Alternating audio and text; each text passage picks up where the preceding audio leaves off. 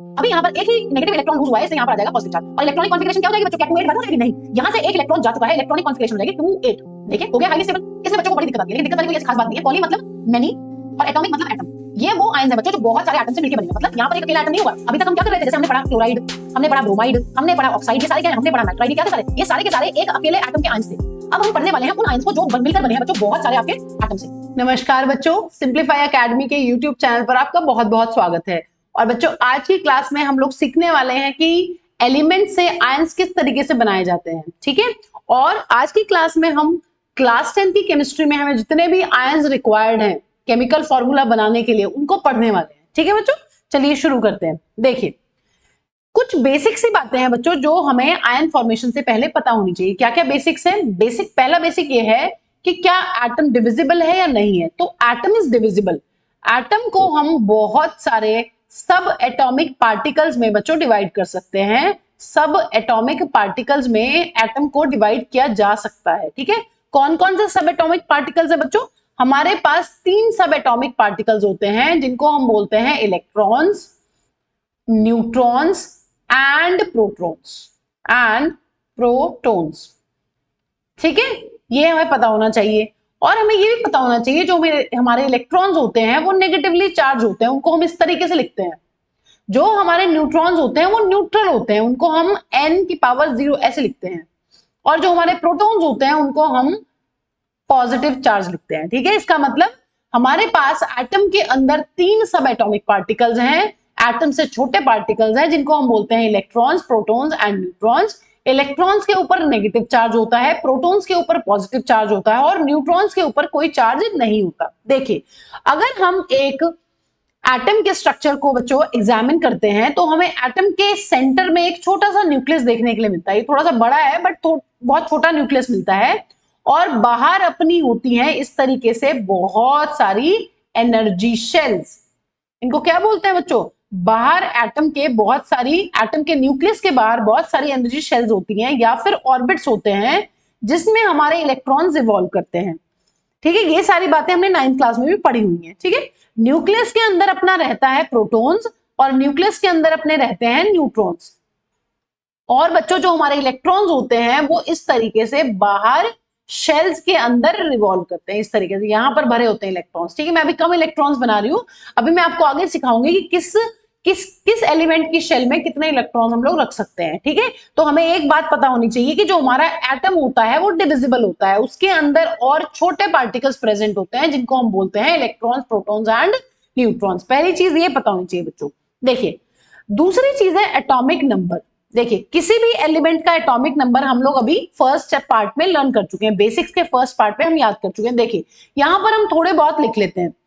मान लीजिए मैं हाइड्रोजन का लिखती हूं कि जो हमारा एलिमेंट है हाइड्रोजन, रैंडमली कुछ भी लिख लीजिए, carbon, neon, calcium, magnesium and sodium. ठीक है, कोई भी आप लिख सकते हैं। मुझे यहां पर आपको एक कॉन्सेप्ट समझाना है, उसके लिए कोई भी एग्जांपल ले लीजिए। देखिए किसी भी एलिमेंट का जो एटॉमिक नंबर होता है, एलिमेंट की बात कर रहे हैं बच्चों, किसी भी एलिमेंट का जो एटॉमिक नंबर होता है वो बराबर होता है उसके प्रोटॉन्स और इलेक्ट्रॉन्स के। ठीक है, मैंने क्या बोला है? किसी भी एलिमेंट के लिए जो उसका एटॉमिक नंबर होता है वो बराबर होता है उसमें नंबर ऑफ प्रोटॉन्स कितने प्रेजेंट है, और वही नंबर जो है वो बराबर होता है उसमें present number of electrons.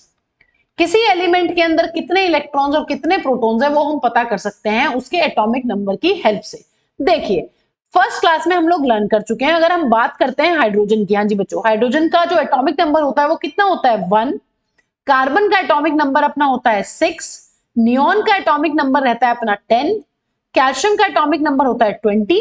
Magnesium का एटॉमिक नंबर होता है 12 और सोडियम का एटॉमिक नंबर होता है 11। आई होप आपने कल की क्लास लगाने के बाद एटॉमिक नंबर्स को लर्न कर लिया होगा ट्रिक के साथ।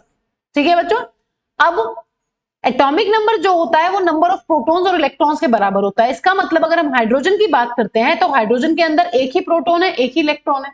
ठीक है, ऐसे ही कार्बन के अंदर 6 प्रोटॉन्स एंड 6 इलेक्ट्रॉन्स प्रेजेंट है।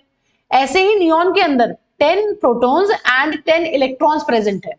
कैल्शियम में भी क्या रहेगा बच्चों? कैल्शियम में भी मैम जितने जो एटॉमिक नंबर है वही उसका नंबर ऑफ प्रोटॉन्स और नंबर ऑफ इलेक्ट्रॉन्स के बराबर है। इसी तरीके से मैग्नीशियम के अंदर जो एटॉमिक नंबर है वो बराबर हो जाने वाला है number of protons and number of electrons के।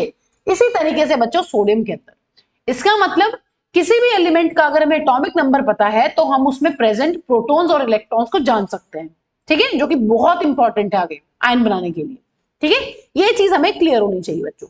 नेक्स्ट, इसके बाद हमें बच्चों जब किसी एलिमेंट के हमें इलेक्ट्रॉन्स पता चल गए हैं कि एक एलिमेंट के अंदर कितने इलेक्ट्रॉन्स प्रेजेंट हैं, उससे पहले हमें उसकी इलेक्ट्रॉनिक कॉन्फ़िगरेशन बनानी होती है, ठीक है। आयन पे जाने से पहले हमें किसी भी एलिमेंट की इलेक्ट्रॉनिक कॉन्फ़िगरेशन लिखनी आनी चाहिए। अब इलेक्ट्रॉनिक कॉन्फ़िगरेशन लिखने के लिए बच्चों कि कौन सी शेल में कितने इलेक्ट्रॉन्स प्रेजेंट है वो चीज जानने के लिए हमें एक स्कीम फॉलो करनी होती है जिसको हम कहते हैं बोहर एंड बरी स्कीम। बोहर एंड बरी स्कीम क्या है? बेसिकली कुछ रूल्स हैं बच्चों जो हमें इलेक्ट्रॉनिक कॉन्फ़िगरेशन लिखते टाइम फॉलो करने होते हैं। इलेक्ट्रॉनिक कॉन्फ़िगरेशन का क्या मतलब है?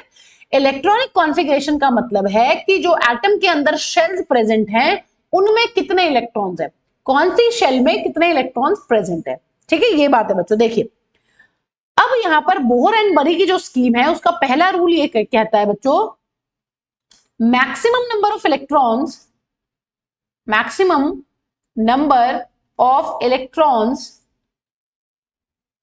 present in any shell is given by the formula 2n square, given by the formula 2n square। अगर हमें यह पता करना है कि किस शेल में कितने इलेक्ट्रॉन्स प्रेजेंट हैं तो हमें यहां पर क्या करना होता है, एक फॉर्मूला यूज करना होता है जिसका नाम है 2n स्क्वायर, ठीक है बच्चों। अब देखिए अभी हम शेल्स वाला कॉन्सेप्ट पढ़ के आए हैं जो न्यूक्लियस के, जैसे ये न्यूक्लियस है हमारा, न्यूक्लियस के जो सबसे पास वाली अपनी शेल रहती है उसको बोलते हैं बच्चों हम लोग के शेल।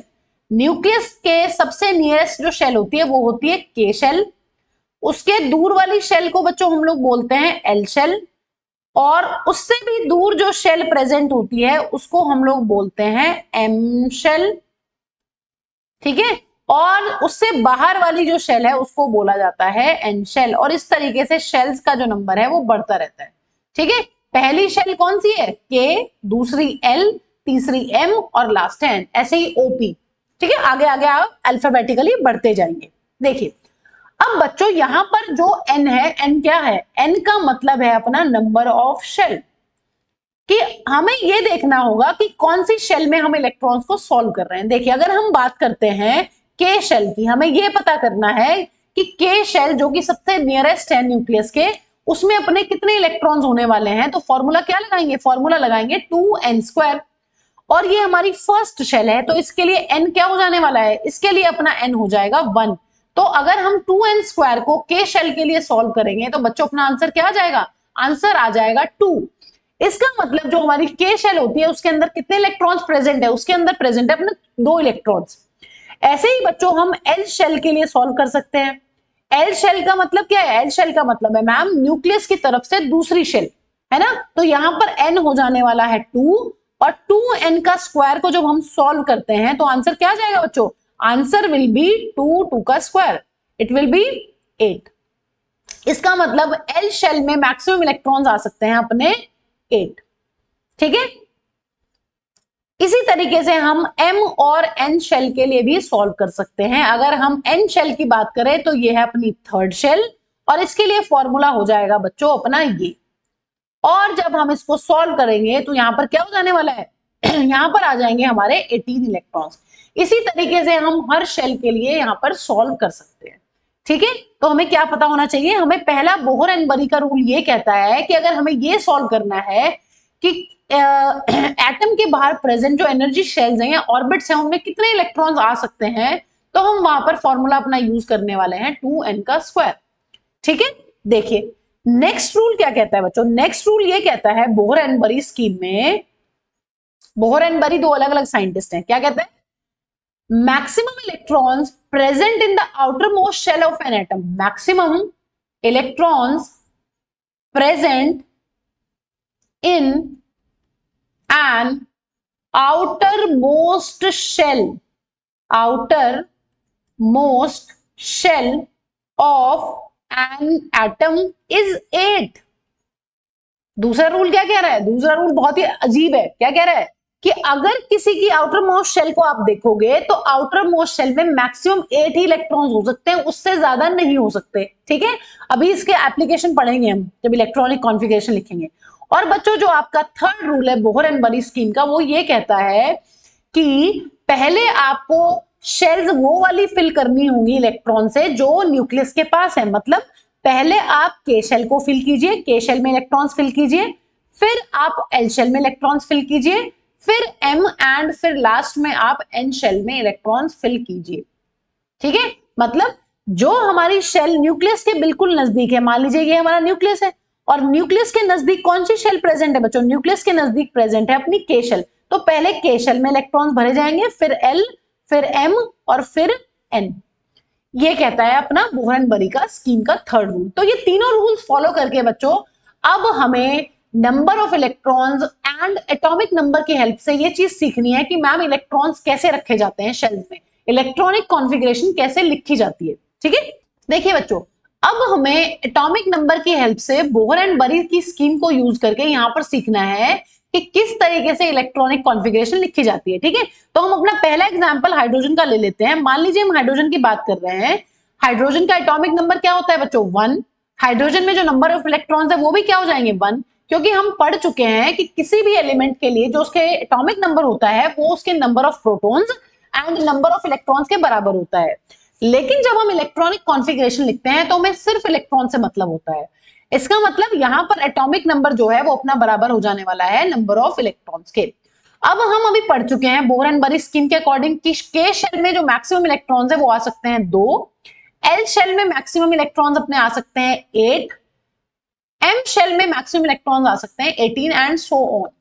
ठीक है, देखिए इसका मतलब हाइड्रोजन के पास अपना एक ही इलेक्ट्रॉन होता है। वो इलेक्ट्रॉन कहां चला जाएगा? वो इलेक्ट्रॉन चला जाएगा उसकी के शेल में। क्या इस एक इलेक्ट्रॉन को हम एल एम एन शेल में रख सकते हैं? नहीं रख सकते। क्यों? क्योंकि बोहर एंड बरी की स्कीम में हम अभी पढ़कर आए हैं कि पहले इलेक्ट्रॉन्स को रखा जाएगा उन शेल्स में जो शेल्स हैं अपनी नियरेस्ट टू न्यूक्लियस। ठीक है, इसलिए जो एक इलेक्ट्रॉन है अपना वो आ जाने वाला है के शेल के अंदर और ये सारी की सारी शेल्स हो जाएंगी अपनी खाली।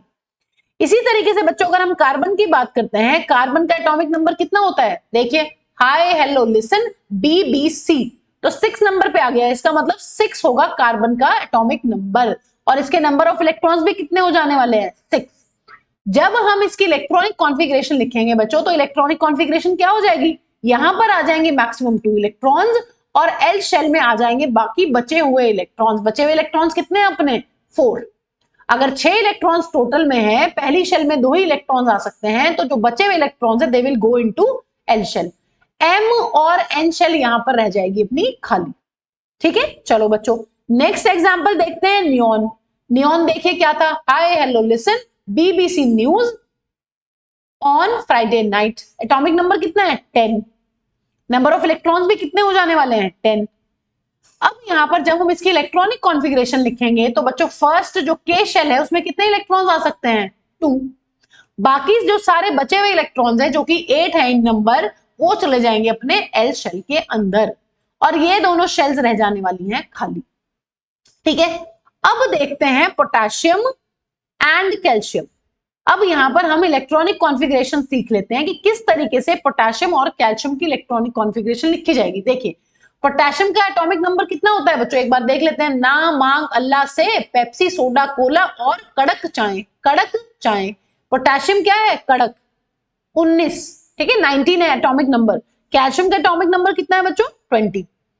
यहां पर हमें पता है नंबर ऑफ एटॉमिक नंबर जो होता है वो नंबर ऑफ इलेक्ट्रॉन्स के बराबर होता है, तो नंबर ऑफ इलेक्ट्रॉन्स हो जाने वाले हैं अपने 19 और यहां पर हो जाने वाले हैं अपने 20। अब देखिए जब हम पोटेशियम के लिए इलेक्ट्रॉनिक कॉन्फ़िगरेशन लिखेंगे बच्चों तो फर्स्ट शेल में 2 इलेक्ट्रॉन्स, नेक्स्ट शेल में 8 इलेक्ट्रॉन्स और बाकी बचे हुए इलेक्ट्रॉन जो है वो आ जाएंगे अपने एम शेल में, दैट इज 9। लेकिन बच्चों ये गलत है। इसमें क्या गलत है यहां पर? मैम बोहर एंड बरी की जो स्कीम है उसमें जो हमारा सेकंड रूल है वो क्या कहता है? वो ये कहता है कि आउटर मोस्ट शेल में कितने इलेक्ट्रॉन्स हो सकते हैं? आउटर मोस्ट शेल में हो सकते हैं अपने 8 electrons. Maximum electrons in an outermost shell is 8। इसका मतलब यहां पर हम 9 नहीं लिख सकते हैं। हमें क्या करना पड़ेगा बच्चों? यहां पर मैम हमें लिखना पड़ेगा 8। आउटर मोस्ट शेल में मैक्सिमम इलेक्ट्रॉन्स 8 हो सकते हैं मैम। फिर उस एक इलेक्ट्रॉन का क्या होगा जो बच गया है? जो एक इलेक्ट्रॉन बच गया है बच्चों, वो चला जाएगा अपना नेक्स्ट शेल में। ठीक है, आउटर मोस्ट शेल में कभी भी 8 इलेक्ट्रॉन से ज्यादा नहीं हो सकते, तो इसलिए हम यहां पर 9 नहीं लिख सकते हैं। हम यहां पर लिखेंगे 8 और जो बचे हुए इलेक्ट्रॉन्स हैं वो अपने चले जाएंगे नेक्स्ट शेल में। इसी तरीके से बच्चों अगर हमें कैल्शियम की इलेक्ट्रॉनिक कॉन्फ़िगरेशन लिखनी होगी तो वो कितनी हो जाएगी? 2। के शेल में मैक्सिमम इलेक्ट्रॉन्स 2, एल शेल में मैक्सिमम इलेक्ट्रॉन्स 8। हम यहां पर 10 नहीं लिख सकते क्योंकि बोहर एंड बरी स्कीम का सेकंड रूल ये कहता है आउटर मोस्ट शेल में 8 इलेक्ट्रॉन्स हो सकते हैं। इसलिए यहां पर बच्चों 8 आएंगे और जो अपने बाकी के बचे हुए इलेक्ट्रॉन्स हैं वो चले जाएंगे यहां पर, है ना। कैल्शियम के पास 20 इलेक्ट्रॉन्स हैं, 2 8 8 2। क्या हो गया अपना? ये अपना बन गया है इलेक्ट्रॉनिक कॉन्फ़िगरेशन। ठीक है, अब इस इलेक्ट्रॉनिक कॉन्फ़िगरेशन की हेल्प से बच्चों हमें ये सीखना है कि किस तरीके से वैलेंसी होती है। वैलेंसी होती है किस तरीके से फिर आयंस बनते हैं। ठीक है, चलिए सीखते हैं। देखिए यहां पर हम अभी एक चीज पढ़ने वाले हैं बच्चों, हर एक एलिमेंट जो है वो अपने इलेक्ट्रॉन्स को लूज करने पे या इलेक्ट्रॉन्स गेन करने में लगा हुआ है। क्यों? स्टेबिलिटी अचीव करने के लिए। देखिए हर एलिमेंट चाहता है कि वो स्टेबल बने, है ना। स्टेबिलिटी बहुत इंपॉर्टेंट है ना। बीइंग अ स्टूडेंट आप चाहते हो कि हम पढ़ के हमें जॉब मिल जाए। जो बंदे जॉब में वो चाहते हैं हमें अच्छी जॉब मिल जाए। तो हर बंदा ऐसा क्यों करना चाह रहा है? सब लोग ऐसा करना चाह रहे हैं अपनी लाइफ में स्टेबिलिटी लाने के लिए। इसी तरीके से बच्चों एलिमेंट जो है वो स्टेबिलिटी लाने के लिए एक चीज करते हैं, वो अचीव करना चाहते हैं नोबल गैस कॉन्फ़िगरेशन।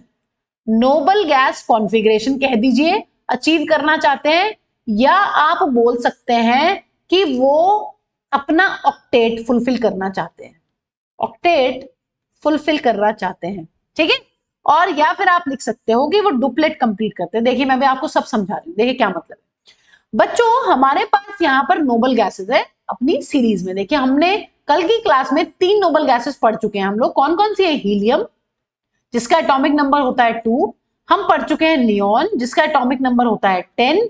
और हम पढ़ चुके हैं आर्गन बच्चों जिसका एटॉमिक नंबर होता है 18। और भी बहुत सारी नोबल गैसेस है लेकिन हम 3 पढ़ लेंगे, हमारा काम चल जाएगा। देखिए अब अगर बच्चों हम इनकी इलेक्ट्रॉनिक कॉन्फ़िगरेशन लिखते हैं यहाँ पर नोबल गैसेस की, नोबल गैसेस बच्चों जो होती हैं वो हाईली स्टेबल होती हैं और ये रिएक्ट नहीं करती हैं, दे आर लीस्ट रिएक्टिव। ठीक है, देखिए तो यहां पर इलेक्ट्रॉनिक कॉन्फ़िगरेशन हो जाएगी 2।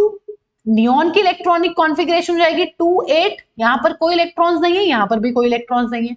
आर्गन की जो अपनी इलेक्ट्रॉनिक कॉन्फ़िगरेशन है वो हो जाएगी 2 8 8। एन शेल में कोई इलेक्ट्रॉन्स नहीं है। देखिए इसको बोलते हैं हम नोबल गैस कॉन्फ़िगरेशन को अचीव करना। अगर कोई एलिमेंट अपने आप को ऐसा बनाना चाहता है, नोबल गैस जैसा बनाना चाहता है, तो उसको कहते हैं नोबल गैस कॉन्फ़िगरेशन को अचीव करना। ये क्यों अचीव करना चाहते हैं एलिमेंट्स? क्योंकि ये हाईली स्टेबल है। देखिए noble gases are highly stable, इनके पास कोई भी एक्स्ट्रा इलेक्ट्रॉन नहीं है। इनके पास इनकी सारी की सारी जो शेल्स हैं वो कंप्लीटली फिल्ड है विद इलेक्ट्रॉन्स, तो दे आर हाईली स्टेबल। ठीक है, ऑक्टेट फुलफिल करने का क्या मतलब होता है बच्चों? ऑक्टेट का मतलब है अगर किसी की आउटर मोस्ट शेल में 8 इलेक्ट्रॉन्स है तो वो कहते हैं हम उसको बोलते हैं कि इसका ऑक्टेट फुलफिल है। डुप्लेट क्या होता है? देखिए अब हीलियम जो है, हीलियम ऑक्टेट तो फुलफिल नहीं कर सकता, क्योंकि ऑक्टेट फुलफिल करना तो बोलते हैं उसको कि जब मैक्सिमम इलेक्ट्रॉन्स 8 हो आउटर मोस्ट शेल में। आउटर मोस्ट शेल में अगर किसी की 8 इलेक्ट्रॉन्स है तो हम ये बोल सकते हैं कि इस एलिमेंट का ऑक्टेट फुलफिल है। लेकिन मैम हीलियम का क्या है? हीलियम में तो 2 ही इलेक्ट्रॉन्स है आउटर मोस्ट शेल में, तो हम कहेंगे कि इसका डुप्लेट फुलफिल है। इसीलिए ऑक्टेट और डुप्लेट की कहानी में ना पढ़ के हम सीधा बोल देते हैं to achieve noble gas configuration, वो बेटर है। ठीक है, तो कोई भी एलिमेंट नोबल गैस कॉन्फ़िगरेशन को अचीव करना चाहता है, वो अपनी आउटर मोस्ट शेल में वो अपनी आउटर मोस्ट शेल को पूरा का पूरा भर देना चाहता है स्टेबिलिटी को अचीव करने के लिए। ठीक है, नेक्स्ट बच्चों देखिए वैलेंसी। अब हमें वैलेंसी का कॉन्सेप्ट आना चाहिए कि वैलेंसी का क्या कॉन्सेप्ट होता है। वैलेंसी होती है बच्चों combining capacity of any element, combining capacity of any element, देखिए इसका एक और मतलब है बच्चों यहां पर, एक minute let me erase this, let me correct the spelling. Combining capacity of any element को हम बोलते हैं वैलेंसी। देखिए इसका एक और मतलब बच्चों, इसका मतलब ये भी है कि कोई एलिमेंट कितने इलेक्ट्रॉन्स को लूज कर दे, या फिर कितने इलेक्ट्रॉन्स को वो गेन कर ले, या फिर वो इलेक्ट्रॉन्स को शेयर कर ले to achieve noble gas configuration. To achieve noble gas configuration, इसका मतलब समझिए ध्यान से। इसका मतलब ये होता है, अगर किसी एलिमेंट को स्टेबल होना है, किसी भी एलिमेंट को स्टेबल बनना है, तो उसके पास एक ऑप्शन ये है, उसको स्टेबल बनने के लिए नोबल गैस कॉन्फिगरेशन अचीव करनी पड़ेगी।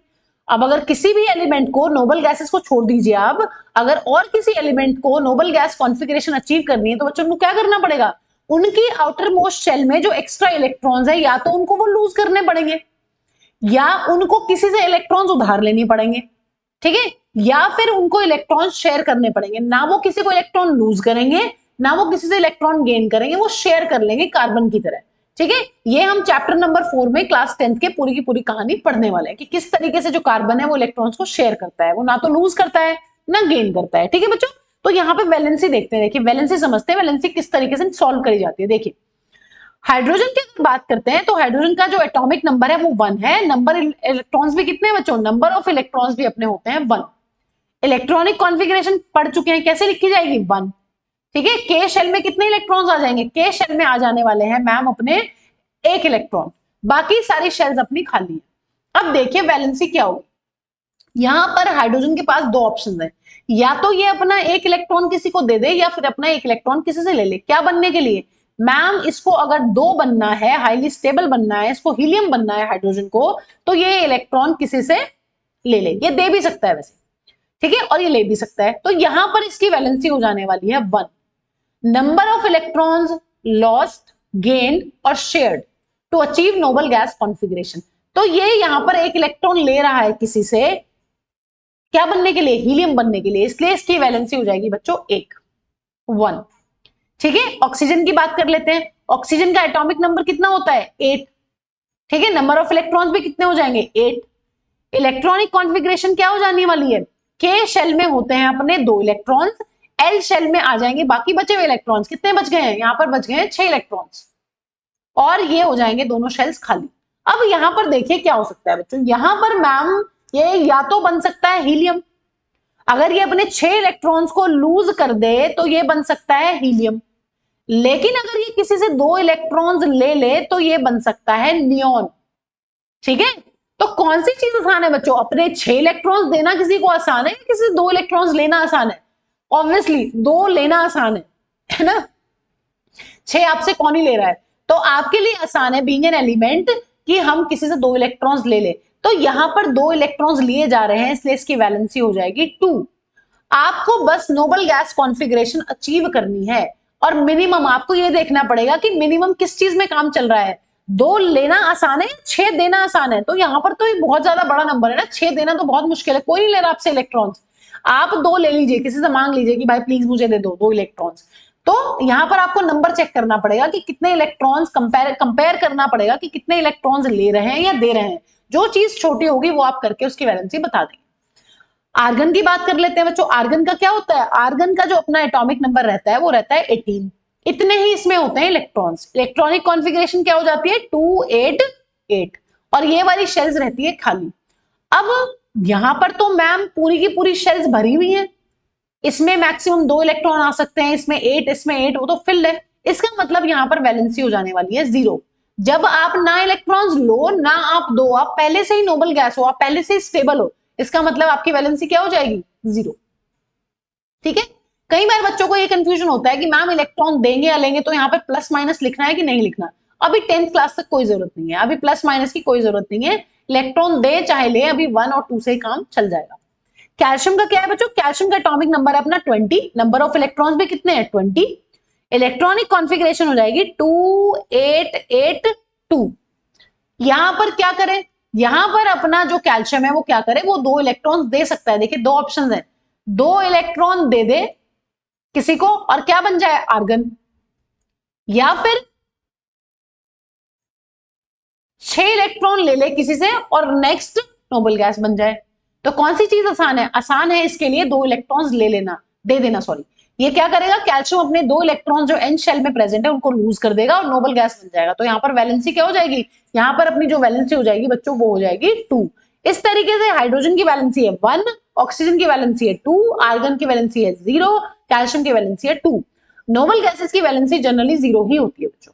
ठीक है, ये चीज हमें आनी चाहिए, क्योंकि अगर हमें वैलेंसी वाला कॉन्सेप्ट समझ में आ गया, इलेक्ट्रॉनिक कॉन्फ़िगरेशन वाला कॉन्सेप्ट समझ में आ गया, तो हमें आयंस बनाना हमारे लिए बहुत आसान हो जाएगा। और आयन समझ में आ गए तो केमिकल फॉर्मूला बनाना बहुत ज्यादा आसान हो जाने वाला है। देखिए अब बच्चों यहाँ पर सीख लेते हैं कि किस तरीके से एलिमेंट्स के जो आयंस है वो बनाए जाते हैं। देखिए पहला एग्जांपल ले लेते हैं अपना सोडियम का। अगर हम सोडियम की बात करते हैं तो जो अपना सोडियम का एटॉमिक नंबर रहता है वो रहता है 11। अगर हम यहाँ पर सोडियम की इलेक्ट्रॉनिक कॉन्फ़िगरेशन लिखते हैं तो क्या होती है, इलेक्ट्रॉनिक कॉन्फ़िगरेशन होती है 281। पहली शेल में 2 इलेक्ट्रॉन, दूसरी शेल में 8 इलेक्ट्रॉन्स एंड नेक्स्ट शेल में अपना 1 इलेक्ट्रॉन। अब मुझे यहाँ पर सोडियम का आयन बनाना है तो मैं कैसे बनाऊंगी, देखिए अगर सोडियम बच्चों नोबल गैस कॉन्फ़िगरेशन को अचीव करने के लिए अपना 1 इलेक्ट्रॉन लूज कर देता है। देखिए ये क्या कर रहा है, इसने अपना 1 इलेक्ट्रॉन लूज कर दिया है। हमें पता है इलेक्ट्रॉन के ऊपर जो चार्ज होता है वो अपना कितना होता है, वो होता है नेगेटिव चार्ज। ठीक है, अगर कोई बंदा अपने में से नेगेटिव लूज कर रहा है तो उस पर कैसा चार्ज आएगा, उस पर आएगा पॉजिटिव चार्ज। जैसा कि आप सत्संग में सीखते हैं, सत्संग में क्या सीखते हैं कि अपनी नेगेटिविटी छोड़िए, नेगेटिविटी लूज करिए, आपके अंदर पॉजिटिविटी आएगी। तो वही यहां पर हो रहा है। देखिए अगर कोई एलिमेंट अपने अंदर से नेगेटिव चीज को निकाल के बाहर फेंक देता है तो उस पर कैसा चार्ज आ जाएगा, उस पर आ जाने वाला है पॉजिटिव। मैम ये पॉजिटिव कितना होगा बच्चों, ये पॉजिटिव उतना ही होगा जितने इलेक्ट्रॉन ये लूज करेगा। मान लीजिए यहाँ पर 2 इलेक्ट्रॉन लूज करता तो यहाँ पर 2 पॉजिटिव आता। ठीक है, अभी यहाँ पर एक ही नेगेटिव इलेक्ट्रॉन लूज हुआ है इसलिए यहाँ पर आ जाएगा पॉजिटिव चार्ज। और इलेक्ट्रॉनिक कॉन्फ़िगरेशन क्या हो जाएगी बच्चों, क्या 281 हो जाएगी, नहीं, यहां से 1 इलेक्ट्रॉन जा चुका है, इलेक्ट्रॉनिक कॉन्फ़िगरेशन हो जाएगी 28। देखिए हो गया हाईली स्टेबल। जब किसी एलिमेंट का आयन बनता है वो अपने इलेक्ट्रॉन लूज कर रहा है या फिर गेन कर रहा है, वो किस चीज को अचीव कर रहा है, वो स्टेबल होने के लिए अचीव कर रहा है नोबल गैस कॉन्फ़िगरेशन को। ठीक है, और एग्जांपल ले लेते हैं बच्चों। देखिए से फॉर एग्जांपल फ्लोरीन का एग्जांपल ले लेते हैं। फ्लोरीन का जो अपना एटॉमिक नंबर होता है वो कितना होता है बच्चों, 9। इलेक्ट्रॉनिक कॉन्फ़िगरेशन क्या हो जाएगी, 27। तो यहां पर फ्लोरीन को देखो क्या करना पड़ेगा, फ्लोरीन को नोबल गैस बनने के लिए क्या करना चाहिए, 7 दे दे या 1 ले ले, ये 1 इलेक्ट्रॉन किसी से उधार ले लेता है। जब ये 1 इलेक्ट्रॉन गेन करेगा, अगर आप किसी की नेगेटिविटी गेन कर रहे हो तो आप पे कैसा चार्ज आएगा, आप बन जाओगे नेगेटिव। इसका मतलब यहाँ पे बन जाएगा F नेगेटिव, क्योंकि आपने नेगेटिव चार्ज ले लिया है किसी से। और इलेक्ट्रॉनिक कॉन्फ़िगरेशन क्या हो जाएगी बच्चों, इलेक्ट्रॉनिक कॉन्फ़िगरेशन अपनी हो जाने वाली है 28। ठीक है, इस चीज का आपको बहुत खास ध्यान रखना है कि आप इलेक्ट्रॉन्स को लूज कर रहे हो, इलेक्ट्रॉन्स को गेन कर रहे हो, क्योंकि चार्ज उसी के अकॉर्डिंग आता है। अगर आप नेगेटिविटी निकाल रहे हो तो आपके ऊपर आएगा पॉजिटिव चार्ज, अगर आप किसी की नेगेटिविटी गेन कर रहे हो तो आपके ऊपर आएगा नेगेटिव चार्ज। पॉजिटिवली चार्ज जो आयंस होते हैं बच्चों उनको हम लोग बोलते हैं कैटायंस, और जो अपने नेगेटिवली चार्ज आयंस होते हैं उनको हम लोग बोलते हैं एनायंस। इसको याद करने का तरीका मैं आपको सिखा देती हूँ हमेशा। एनायन में आते हैं अपने 2 एन, एनायन में कितने एन आ रहे हैं, 2 एन, इसलिए ये होंगे नेगेटिवली चार्ज आयंस। ये क्या होंगे, ये होंगे अपने नेगेटिवली चार्ज्ड आयंस। ठीक है, एक और एग्जांपल ले लेते हैं बच्चों यहां पर। कैल्शियम, कैल्शियम का एग्जांपल ले लेते हैं। कैल्शियम का एटॉमिक नंबर कितना होता है बच्चों, 20। कैल्शियम का सिंबल क्या है, 20। लिखा कैसे जाएगा, इलेक्ट्रॉनिक कॉन्फ़िगरेशन 2882। कैल्शियम को क्या करना पड़ेगा, कैल्शियम अपने 2 इलेक्ट्रॉन्स लूज कर सकता है नोबल गैस बनने के लिए। कैल्शियम के लिए बहुत आसान है 2 इलेक्ट्रॉन्स को लूज करके नोबल गैस बनना। तो यहाँ पे जो कैल्शियम है कैसा चार्ज आएगा, कैल्शियम के आयन पे जो चार्ज आएगा वो आएगा 2 पॉजिटिव, क्योंकि इसने अपने 2 इलेक्ट्रॉन्स को लूज किया है। ठीक है, इस पे कैसे क्या जाएगा, इस पे आ जाएगा पॉजिटिव चार्ज, और इलेक्ट्रॉनिक कॉन्फ़िगरेशन क्या बन जाने वाली है, 288। ठीक है, यहाँ पे क्या बन गया, ये बन गया है बच्चों कैल्शियम का कैटायन। जिस आयन पे पॉजिटिव चार्ज होता है वो होता है कैटायन, जिस आयन पे नेगेटिव चार्ज होता है वो होता है अपना एनायन। ठीक है, ये बात हमें ध्यान रखनी है। देखिए अब बच्चों यहां पर हमारा जो सबसे इंपॉर्टेंट काम है इस लेक्चर में वो ये है कि आयंस को सीखना, आयंस बनते कैसे हैं। देखिए अब आयंस के सिंबल आपको ये याद होने चाहिए, ये बहुत इंपॉर्टेंट चीज है। आयन के सिंबल्स आपको पता ही होने चाहिए केमिकल फॉर्मूला लर्न करने के लिए। देखिए सोडियम का जो सिंबल होता है बच्चों वो होता है Na+। पोटेशियम का जो अपना सिंबल रहता है वो रहता है K+। सिल्वर का सिंबल अपना होता है Ag+। देखिए जो एलिमेंट के नेम्स हैं उन्हीं के ऊपर आपको चार्ज रखना है तो वो उनके आयन का सिंबल बन जाता है। कॉपर 1, अगर कॉपर 1 लिखा हुआ है इसका मतलब कॉपर के ऊपर 1+ चार्ज है। अगर यहां पर कॉपर 2 लिखा हुआ है इसका मतलब कॉपर के ऊपर 2 पॉजिटिव चार्ज है। मैग्नीशियम का जो आयन होता है उसको रिप्रेजेंट करते हैं Mg2 पॉजिटिव से। आयरन 2 का मतलब है कि आयरन के ऊपर 2 पॉजिटिव चार्ज है और आयरन 3 का मतलब होता है बच्चों आयरन के ऊपर 3 पॉजिटिव चार्ज है। ठीक है। कैल्शियम का जो अपना सिंबल है वो है Ca2 पॉजिटिव। ठीक है। जिंक का सिंबल होता है बच्चों जिंक 2 पॉजिटिव। हाइड्रोजन का अपना सिंबल रहता है H पॉजिटिव। ठीक है। एल्यूमिनियम का जो सिंबल है वो अपना रहता है Al3 पॉजिटिव। ये सिंबल्स बच्चों देखिए वैसे तो इनका लॉजिक है कि मैम ये आया कहां से 1 पॉजिटिव 2 पॉजिटिव 3 पॉजिटिव, लेकिन अब अगर लॉजिक में जाएंगे लॉजिक में कंफ्यूज हो जाएंगे तो क्या होगा, फिर हम लर्न नहीं कर पाएंगे। तो हमें ये सारे के सारे सिंबल्स डायरेक्टली लर्न करने हैं, इनको लिख के देखने की प्रैक्टिस की जरूरत नहीं है। जैसे एल्यूमिनियम है, एल्यूमिनियम का इलेक्ट्रॉनिक कॉन्फिगरेशन क्या है 283।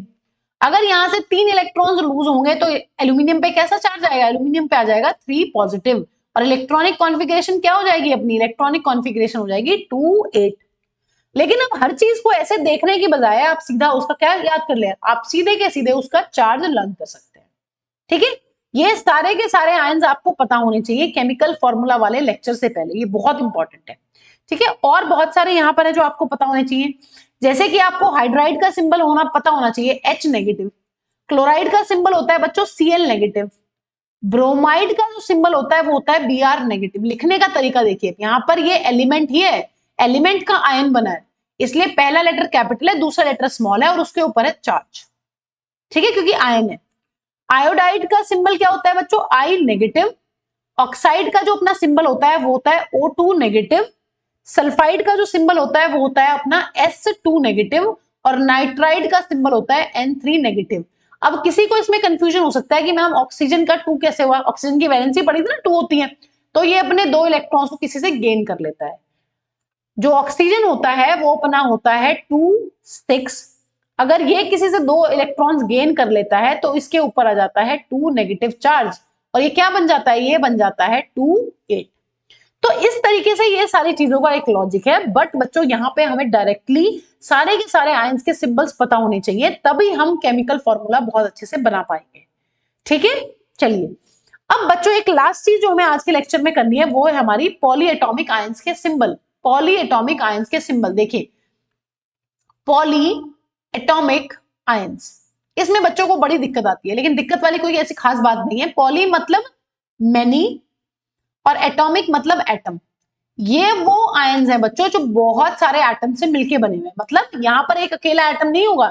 अभी तक हम क्या कर रहे थे, जैसे हमने पढ़ा क्लोराइड, हमने पढ़ा ब्रोमाइड, हमने पढ़ा ऑक्साइड, ये सारे क्या है, हमने पढ़ा नाइट्राइड, ये क्या थे सारे, ये सारे के सारे एक अकेले एटम के आयंस थे।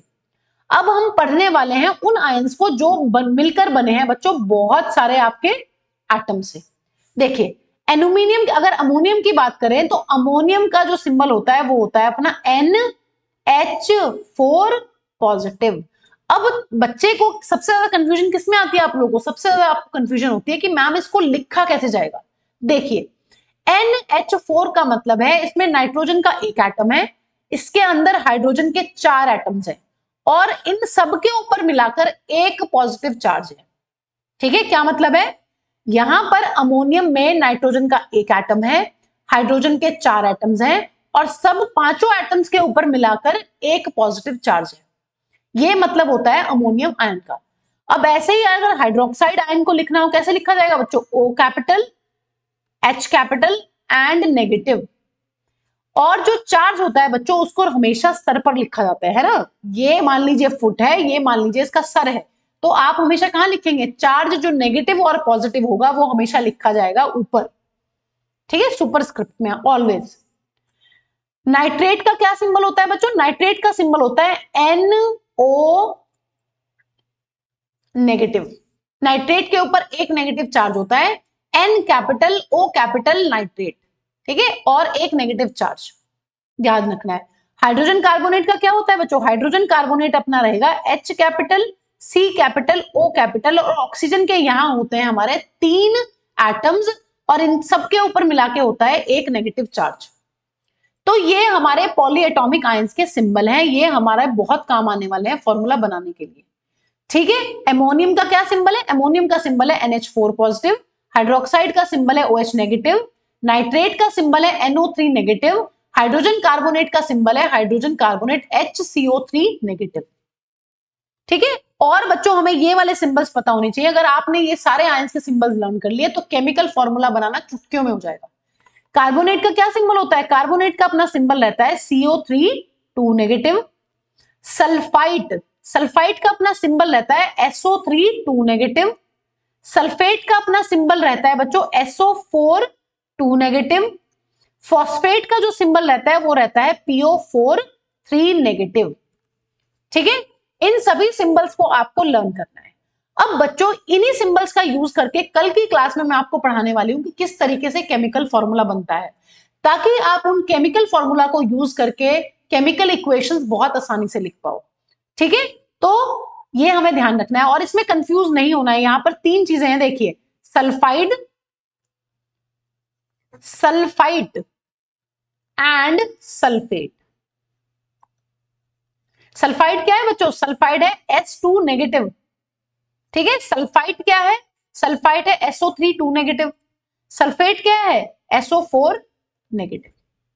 जो चार्ज होता है उसको कहां लिखते हैं, मैं एक आपको बड़ा लिख के बताती हूं। यहां पर फॉस्फेट अगर मैं बड़ा करके बताऊं तो P कैपिटल है, O भी कैपिटल है, ऑक्सीजन के यहां 4 एटम्स हैं और इन 5 एटम्स के ऊपर मिलाकर कितना चार्ज आ रहा है बच्चों, 5 एटम्स के ऊपर मिलाकर आ रहा है 3 नेगेटिव चार्ज। ऐसे लिखा जाएगा, चार्ज हमेशा लिखा जाता है ऊपर। ठीक है, और नीचे क्या लिखते हैं, नीचे लिखते हैं कितने एटम्स प्रेजेंट हैं उस स्पेसिफिक एलिमेंट के। ठीक है बच्चों, तो इस लेक्चर के साथ हमने कवर कर लिया है अपना आयंस के सिंबल्स, ये आपको पता होने चाहिए और मिलते हैं अपनी अगली क्लास में। ठीक है, थैंक्स फॉर वॉचिंग।